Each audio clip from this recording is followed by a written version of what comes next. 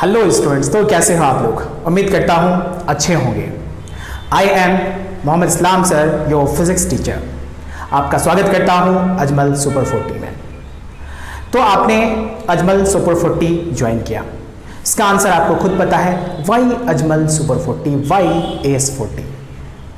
क्योंकि recent years में हमने अच्छे रिजल्ट्स प्रोड्यूस किए, बहुत अच्छे रिजल्ट प्रोड्यूस किए, whether this is IIT JEE और फिर आप कह सकते हो नीट में हमने आउटस्टैंडिंग रिजल्ट्स दिए।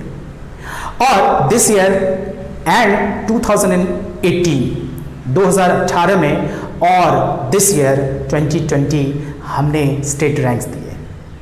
हमने 2018 में स्टेट रैंक 1 लाया इन 12 बोर्ड्स एंड हमने 2020 में भी हमने बहुत अच्छे रिजल्ट दिए, हमने स्टेट रैंक 9 दिया।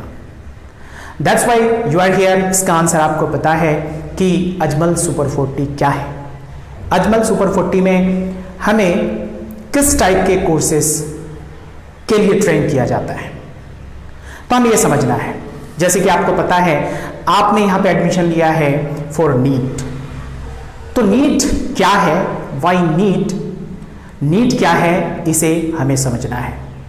किसी भी एग्जाम को क्रैक करने से पहले उसके सिलेबस को समझना बहुत ज़रूरी है ना। तो पहले हम उसके सिलेबस को समझेंगे, है ना, उसकी मार्किंग को, एग्ज़ाम क्या है, नीट एग्ज़ाम क्या है, उसमें कितने क्वेश्चंस पूछे जाते हैं, उसमें कौन कौन से सब्जेक्ट्स पूछे जाते हैं, इन सब चीज़ों को आज हमें देखना है। Being a part of Ajmal Super 40, it is my duty to ensure each and every student will be given equal attention. मैं आपको इंश्योर करना चाहता हूं कि each and every student in Ajmal Super 40 will get equal attention. So, what is NEET? NEET क्या है? तो हमें पहले नीट समझना है, क्योंकि आज इंट्रोडक्टरी क्लास है। मैं क्लास स्टार्ट करने से पहले आपको कुछ चीज़ें बता देना चाहता हूं। सो नीट क्या है? नीट ये एक नेशनल लेवल टेस्ट है, एंट्रेंस एग्जामिनेशन है to get into medical colleges. आप इस एग्ज़ाम को क्रैक करते हो, इस पर रैंक लाते हो, आप मेडिकल कॉलेज में एडमिशन लेते हो और वहाँ से आप डॉक्टर बनते हो। तो आप जितने लोग यहाँ पे हो, जो मुझे देख रहे हो, जो मेरी क्लास अटेंड कर रहे हो, तो आपको ये बात पता होनी चाहिए कि हमें नीट में क्या क्या सब्जेक्ट्स पढ़ने हैं, नीट क्रैक करने के लिए क्या क्या सब्जेक्ट्स पढ़ने हैं, उनकी मार्किंग क्या क्या है। तो देखो, सबसे पहला तो ये हमारा एक एग्ज़ाम है, एंट्रेंस एग्जाम है, जिसको क्रैक करने के बाद, जिसको क्वालिफाई करने के बाद ही आपको मेडिकल कॉलेज में एंट्री मिलती है, आपका एडमिशन होता है। नाउ सर, ये एग्जाम है ना, इस एग्जाम्स में सब्जेक्ट्स अगर आप देखो तो सब्जेक्ट्स क्या क्या है इसमें है। हमारा सबसे पहला है biology, chemistry,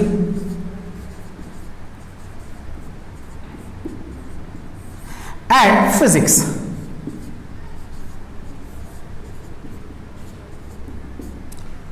PCB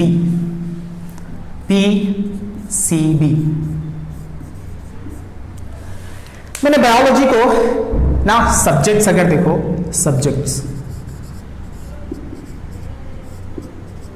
so these are the subjects, ये आपको पूछे जाएंगे एग्जाम्स में। बायोलॉजी से आपके नंबर ऑफ क्वेश्चंस की अगर मैं बात करूं तो 90 क्वेश्चंस पूछे जाते हैं। Questions, number of questions,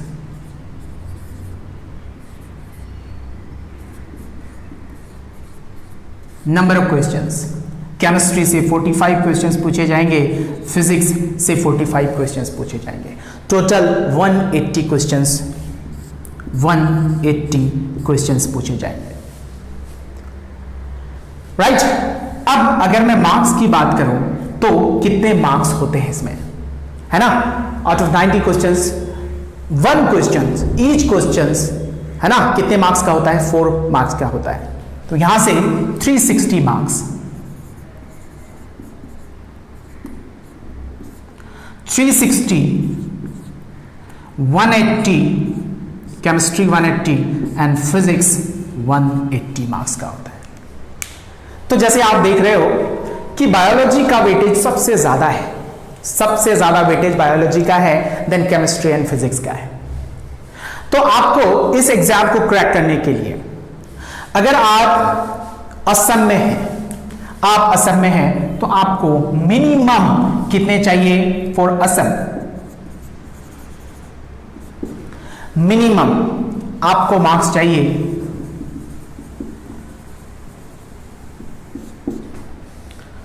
460 approx. इतने मार्क्स आपको यहां पे, टोटल मार्क्स कितने होते हैं? 720 मार्क्स होते हैं। 720 में आपको 460 मार्क्स कट ऑफ क्लियर करने के लिए आपको इतना चाहिए। जैसे लास्ट ईयर का कट ऑफ देखो तो 453 था। अभी इस साल अभी एग्जाम हुआ नहीं है तो अभी कट ऑफ हम डिसाइड नहीं कर सकते, हम बता नहीं सकते कट ऑफ क्या है। एग्जाम के बाद ही पता चलेगा, रिजल्ट आने के बाद पता चलेगा कि कट ऑफ क्या है। एंड अगर प्रीवियस ट्रेंड्स आप देखो तो 420 है ना, 420 एंड 30 भी रहा है, बट लास्ट ईयर इन 2019 है ना 460, 453 कट ऑफ था। तो आप 460 मान लो मिनिमम मार्क्स आपको लाने हैं। बट आप अगर अदर स्टेट्स में देखो तो इससे कट ऑफ बहुत हाई जाता है, किसी स्टेट्स में कट ऑफ 550 तक जाता है। कट ऑफ की मैं बात कर रहा हूं, मैं मैक्सिमम मार्क्स की बात नहीं कर रहा हूं। This is cut off. इतना आपको मार्क्स लाना पड़ेगा सो दैट आप एडमिशन पा सको, राइट? तो ये है हमारा। अब सर इन सब्जेक्ट्स को है ना 360 है, तो आपको यहां पे आपको जो ट्राई करना है वो 300 मार्क्स के लिए ट्राई करना है। केमिस्ट्री में आपको 150 मार्क्स के लिए मिनिमम ट्राई करना है अच्छे रैंक के लिए, और फिजिक्स में भी आपको 150 मार्क्स के लिए ट्राई करना है। ये मार्क्स लाना इतना आसान भी नहीं है, और दैट्स वाई हम लोग यहाँ पे इंश्योर करते हैं स्टूडेंट्स को इक्वली ना टेक केयर करते हैं उसको। हमारे यहाँ हम क्या करते हैं, बच्चों को बहुत अच्छे से ट्रेन करते हैं। यहाँ पे ईच एंड एवरी टीचर बहुत अच्छे से क्वालिफाइड हैं, बहुत अच्छी उनकी एक्सपीरियंस है, जो कि नीट जेई के लिए यहाँ पे प्रिपेयर करवाते हैं, ट्रेन करते हैं स्टूडेंट को, राइट? तो ये है हमारा एग्जाम्स का कि आपको कितने मार्क्स लाने हैं। मिनिमम 460 मार्क्स लाने हैं, है ना, to clear the cut off. Cut off को क्लियर करने के लिए आपको मिनिमम इतनी मार्क्स लानी पड़ेगी।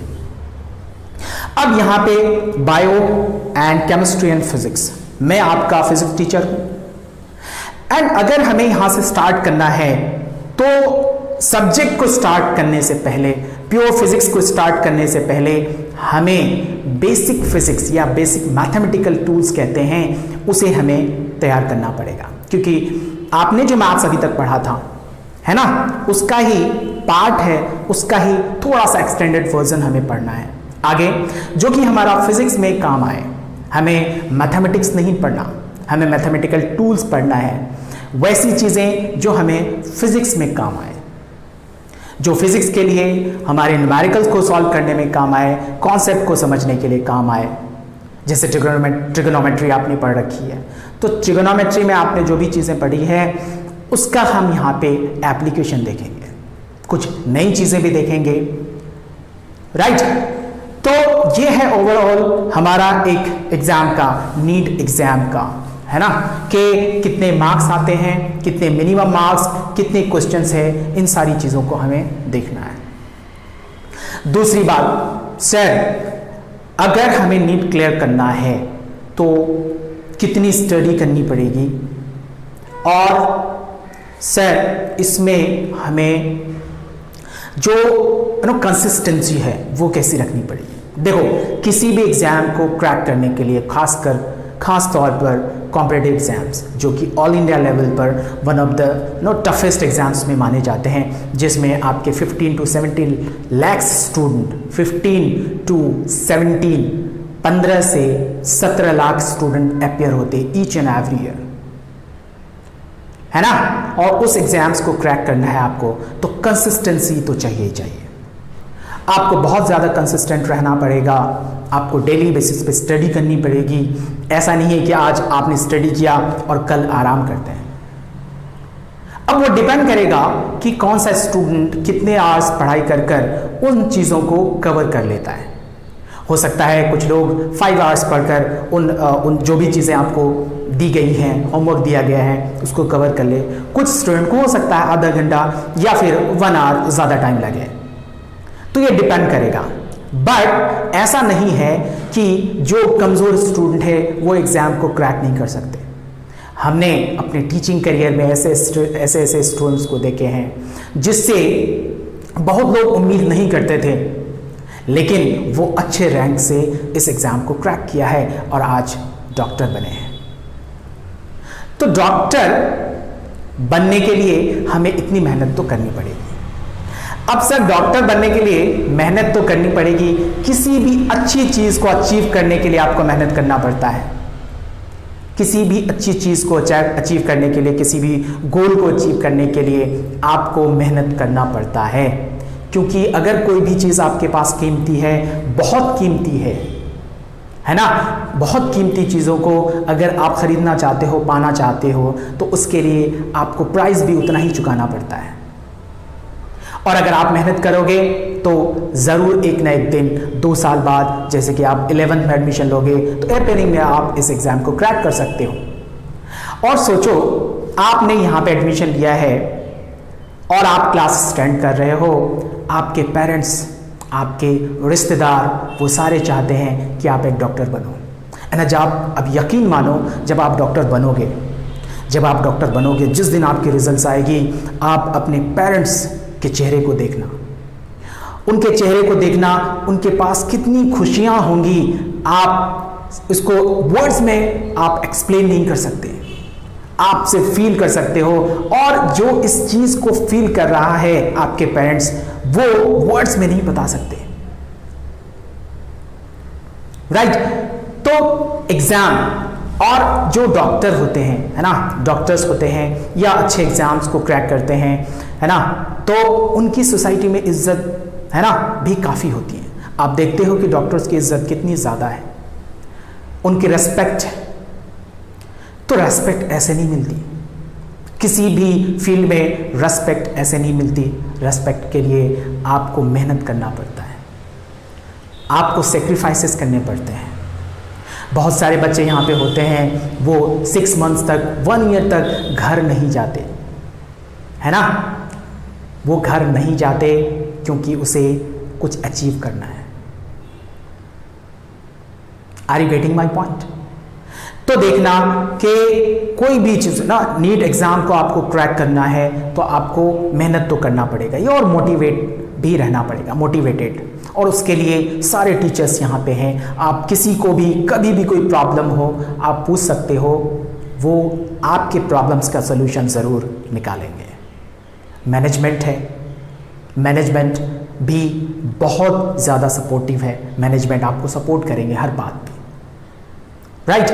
तो ये एक पूरा सिस्टम है। इस पूरे सिस्टम में आपको, जब आप यहाँ पे आओगे, है ना, जब आप आओगे तो आपको सारी चीज़ें वहाँ पे अच्छे से पता चलेगी कि कितनी अच्छी चीज़ें यहाँ पे मैनेज होती हैं।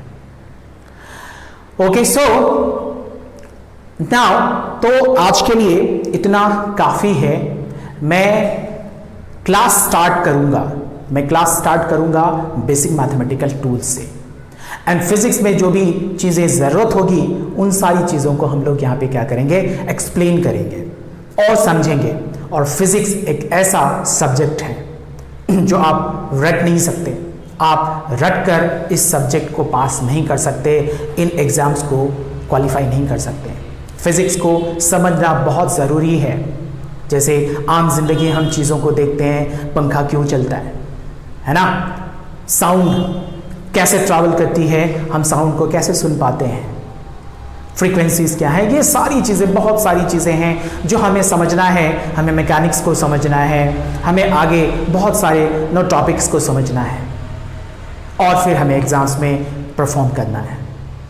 राइट स्टूडेंट, तो आज हमें इतना ही, हमें आज समझना है चीज़ों को, फिर आगे हम इससे आगे बात करेंगे। तब तक के लिए आप खुश रहिए। आपको अगर किसी तरीके की कोई परेशानी हो, किसी भी तरीके की कोई परेशानी हो, सब्जेक्ट से रिलेटेड हो, है ना, कोई भी टॉपिक आपको समझ नहीं आता है, तो आप कंसर्न टीचर से कंसल्ट कर सकते हो, वह ज़रूर आपकी हेल्प करेंगे। राइट, तो ठीक है बहन, आप अपना ख्याल रखिए, खुश रहिए और पढ़ाई करिए। Thank you.